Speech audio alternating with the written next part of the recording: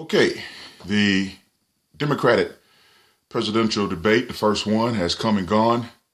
It's a very, very good contest. About 15 million people or so tuned in, which was a record for the Democratic side of things. Of course, it was about 10 million less than the Republicans' high watermark this year for their first one. And I think they pulled in about 22 million for their second one. Number of factors, well, not a number of factors played into that. One factor played into that, and that was one Donald Trump, who had driven the numbers for both those debates. But the the Democratic debate was a very, very solid affair. Enjoyed it tremendously. Again, just one of those guys who I've been watching debates since Reagan, Ford, and Carter, Kennedy, and Carter, Reagan, since the 1980s, 1980 and whatnot. So it's been a while. I was about 12 years old. So, I kind of get into these things. As far as the debate performances are concerned, excuse me, top two candidates did a tremendous job. I believe that Bernie was solid, but I do believe that Hillary was masterful. Bernie did, and the reason I say Bernie was solid because now he raised a lot of money at the end of the debate, and without being able to delve into the numbers, I would surmise that most of that came from his base, who was very excited. So if you were a Bernie Sanders supporter going into that debate, certainly you came out of there on fire. I think he fired up his base with his performance. What I don't think he did, however, was move the needle beyond the base. I believe he probably grabbed a few people, but he didn't grab the number, a huge number. But again, this is the first debate. I think he did what he needed to do as far as getting on base with a performance that was solid and showed him to be someone who had a good command of not only his core issue of income inequality, but also a solid understanding of all the issues that will face a president next year. But when you're talking about Hillary, now Hillary had a different agenda. And hers was to reinforce the fact that she is, a formidable candidate, and that none of the so-called scandals surrounding her will prevent her from, winning the ticket and possibly winning the U.S. Winning the presidency. And I think she did that. And ironically enough, Bernie kind of helped along the way. I'm not going to play the quote, but everyone knew who watched it know the quote. Even if you didn't watch it, you heard about Bernie saying that America is tired of Hillary's damn emails. And it was quintessential Bernie. He's not someone who is a career politician. He's not going to be down and dirty. But that statement, I think, solidifies the fact that that's the emails, Benghazi, none of that will hurt Hillary on the Democratic side. And really and truly, it's not going to hurt her in a general election either. The people who that makes a world of difference to are people who wouldn't vote for Hillary if their life depended on it. But as far as Bernie is concerned, it's a very classy thing to do. Me personally, I probably wouldn't have done it, even if I'm not someone who likes to throw grenades at my opponent.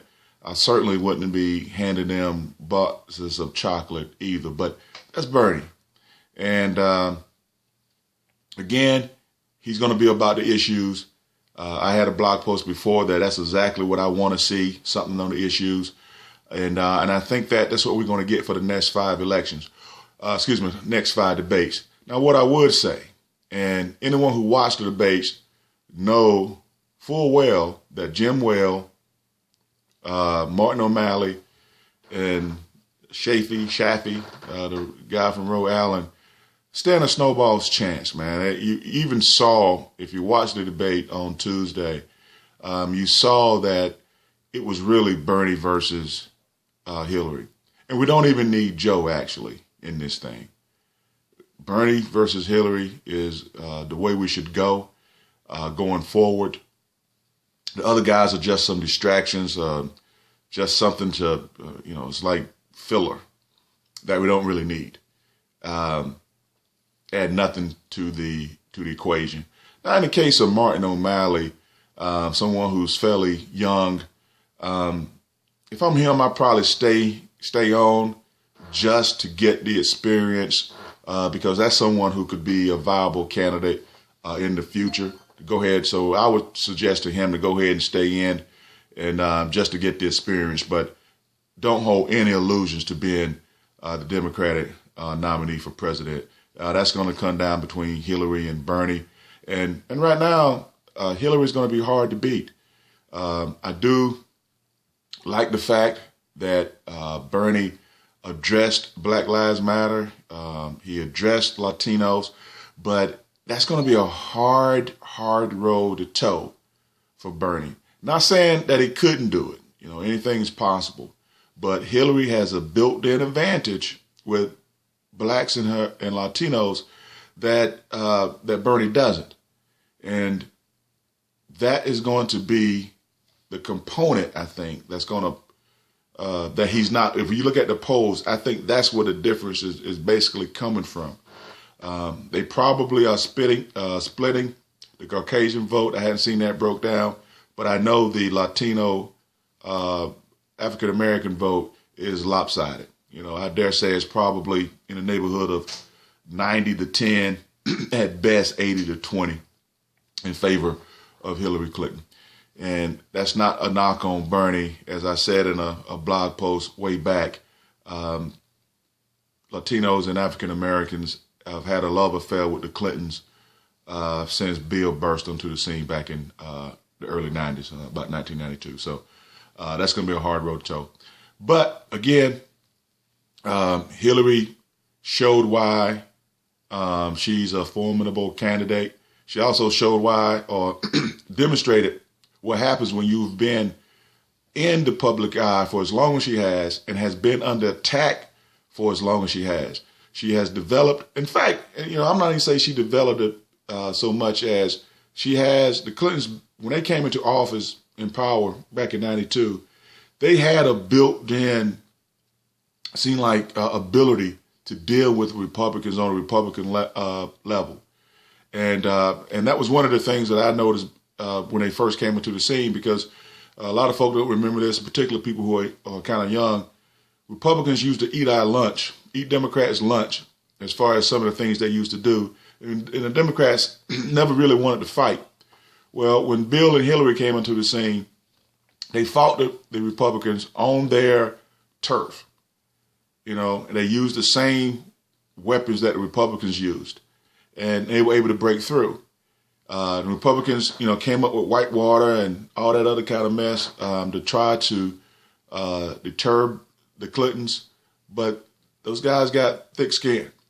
And so that's why I said earlier in the earlier blog post that Benghazi and email, all that stuff, you can't seem to worry about that, because the Clintons understand what's going on, and they're prepared to fight what's going on.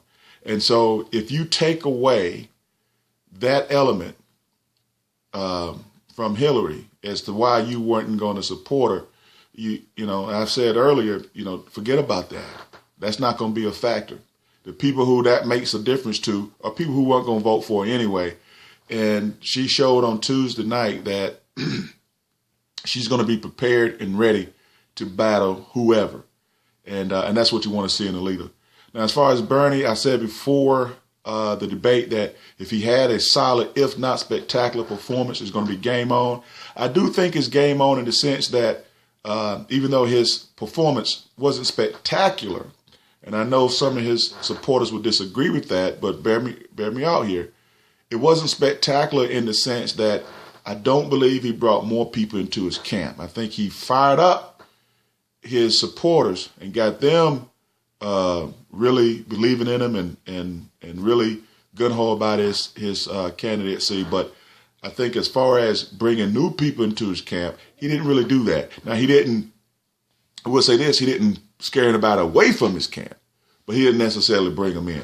So I would say Hillary masterful because of what she had to do, and I think she accomplished that as far as helping people regain trust in her and belief that she could actually win this thing.